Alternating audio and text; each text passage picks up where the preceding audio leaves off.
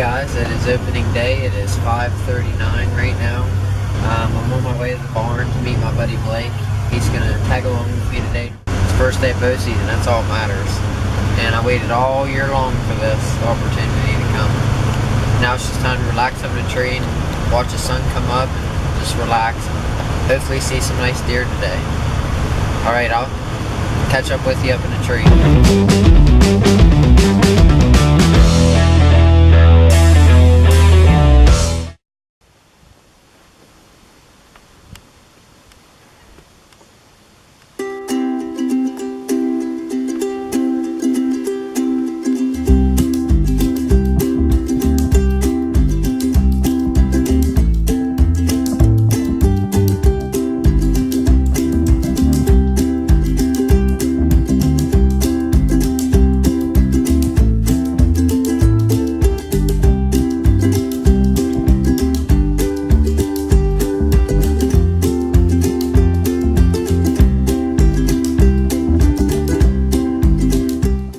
Guys, it is October 1st, I believe.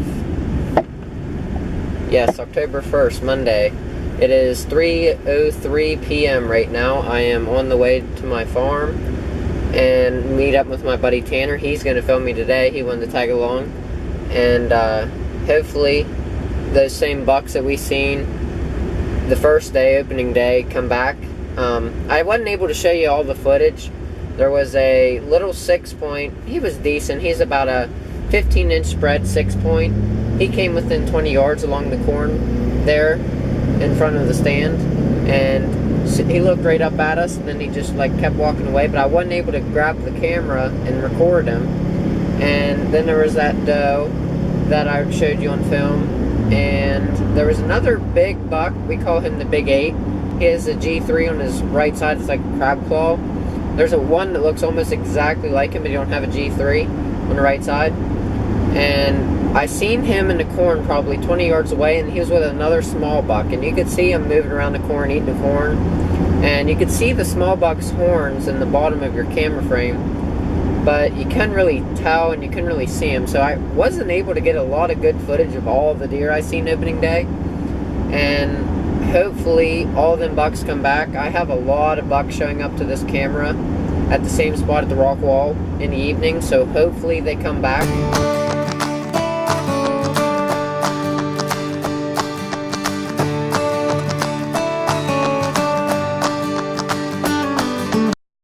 Hey guys, it's October 1st. Brought my friend Tanner with me. We're sitting in the rock wall stand where I sat opening day and seen that 2 bucks and a doe come filtering in below us here in the corn. And hopefully with that front coming in tomorrow and the next day, hopefully it brings the deer moving in, and hopefully they're on their feet today and heading to food and then heading to bed quick before all that front comes in. So hopefully we'll see something, and we might shoot a doe today. Since it's early season, we gotta make sure it's by itself first, and hopefully we see a big buck. That'll definitely get shot if it comes in, and we'll keep you updated, and hopefully we see a lot of deer movement.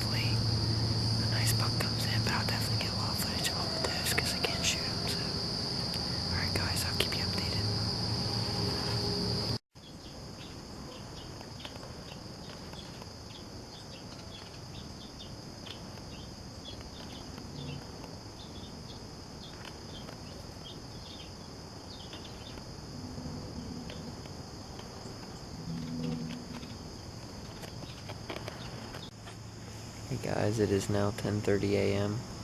and I only seen 3 does. They were clear out past my food plot, probably 125 yards probably, and I only seen them for about 2 seconds. I didn't even have time to get the camera up.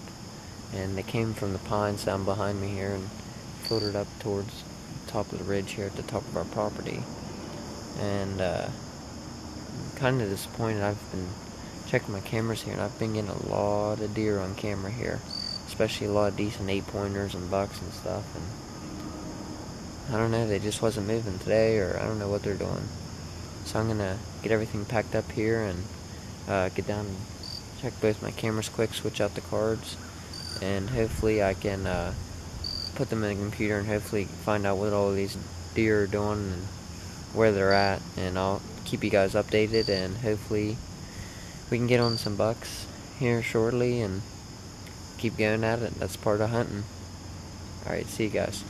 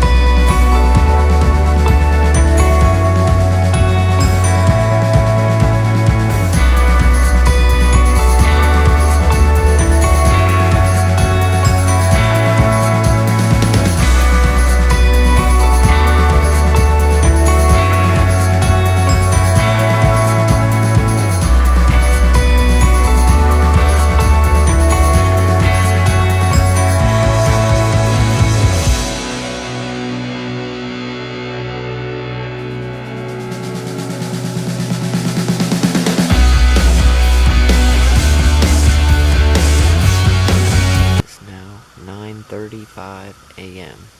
and I am just now beginning to start my morning interview.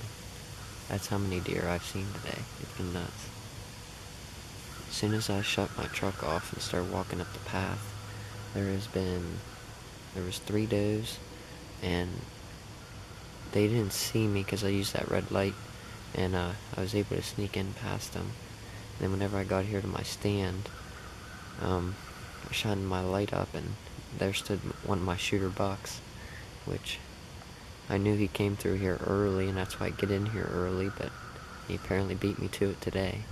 But I didn't spook him. I seen him soon enough where I could hide, and I was able to watch him, and he was probably only 20 yards away from me, and he just stood there looking at me, and so I was able to keep creeping up against the corn here behind me and get to right where I walk in the woods to my stand, and I looked up and he's standing right at the bottom of my stand looking right at me, and I was still behind a lot of brush, so he didn't see me, and I just had the red light on him, and I sat there and watched him for probably 20 minutes. He just stood there and he was eating all these acorns around here, and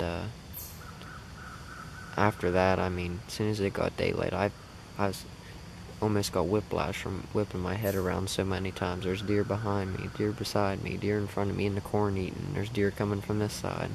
There's been so many deer, and this is why I picked this spot to hunt in this stand right here, because it's a natural pinch point coming from out of the corn down to the bedding and stuff, and it's just a honey hole right here.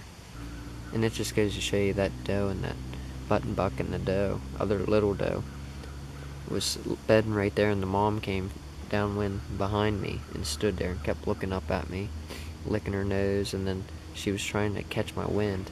And that's why I always preach scent control is the biggest thing, because she could have busted me and that buck could have been standing right behind her, and he could have ran back down the hill because she busted me. And scent control is the biggest thing. And one thing I do want to point out today is whenever I did see that big 8-point buck, and with my red light, he was only, like I said, 20 yards away, and I had my bow, I had everything, but as a hunter, as a true hunter, you kind of live for them moments. It's not about harvesting the deer every time, but it's about actually being close to big bucks like that, or seeing deer bed below you, or seeing them bath each other, just being in their natural habitat. That's what makes a hunter love hunting. It's not always about the harvest, but I mean, that's always good too for meat, for your family and stuff, but I mean, that was always my biggest thing. I mean, I could have easily shot that buck 20 yards in front of me with my red light on my head coming in here to the stand, but that's not a hunter I am. And I hope other people are like that, and hopefully people don't do that, because there's no point in it, because it's a unfair advantage to the deer. But I don't know, some people still do it, but I don't. It's October 13th. It is the first day of muzzleloader inline for doe only here in PA. And I'm meeting up with my buddy Blake and my buddy Tanner. Tanner will be recording. Me and Blake are taking our CBA muzzleloaders out this morning, and I'm also taking my bow just in case a buck comes. And buck is the first priority for today. And if a doe comes walking by itself, then I'll shoot it with the muzzleloader. But definitely bucks is the first priority today. And it's raining a good bit, and we're going to my farm in the big hollow. We had to move that stand because I seen a lot of deer moving up more towards the soybean field and up them logging roads up there by the soybean field. So we moved it up there last night, and while we were moving it, we seen 2 bucks, 6 does, and 2 coyotes. So it's looking really good. We were only there for maybe 2 hours, and hopefully we can get some good film of me taking my first ever muzzleloader kill. I've never shot a deer with a muzzleloader before in my life.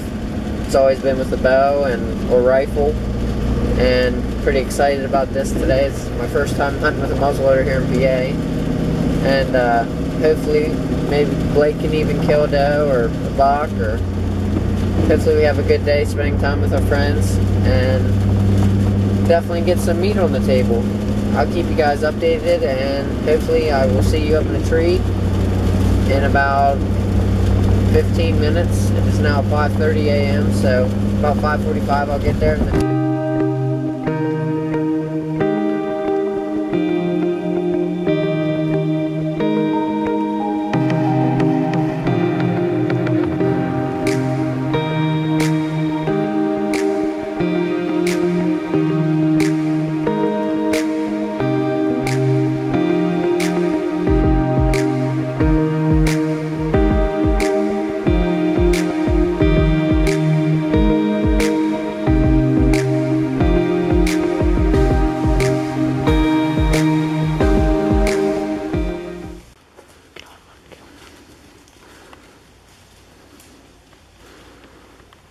Alright.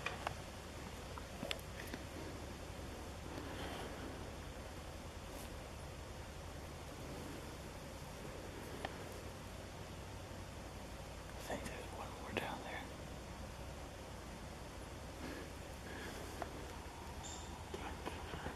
Okay, I'm on him. Yes. Yes, that stomped. Just stomped.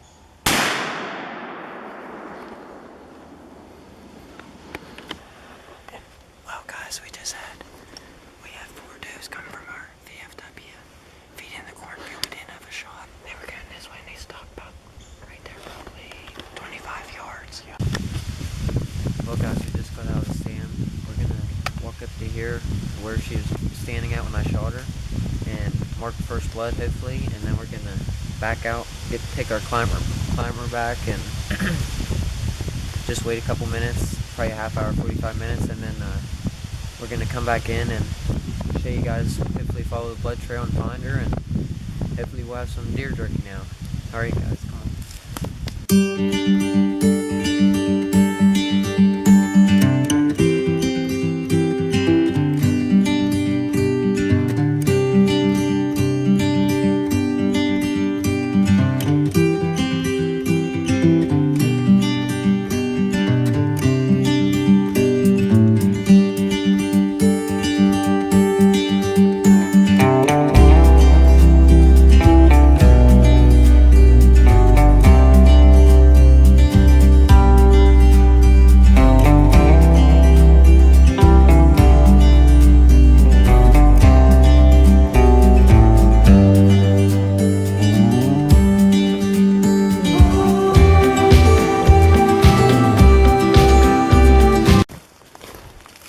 On that rock. Right here. I like it. I want my light back. Right here. Good, I because like this light. I like this light better for the cameras. Right here.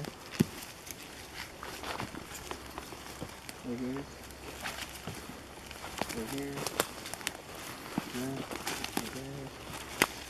here. Right here. Right here. Right here.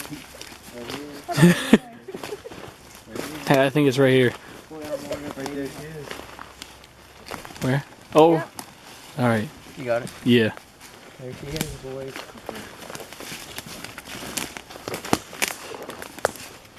Come on. Well guys, we found her. We started the night off, we seen 4 does coming from the thicket over here to the cornfield, and then Tanner bumped me probably an hour later and said there's 5 more coming down from below the rock wall, and 4 of them seen us moving, and this one and another one stood there, and he couldn't find him in the camera at first because the one was behind a tree, and then the other one moved into an opening. So he told me which one he could see, so I put it right on her, and I drilled her. And I just got this muzzleloader last Christmas, and this is my first ever deer with a muzzleloader, so that's pretty cool. And now she only ran probably 100 yards from behind the stand, so now we're just gonna gut her up, tag her, and then drag her out, and that was a good start to the 2018 season.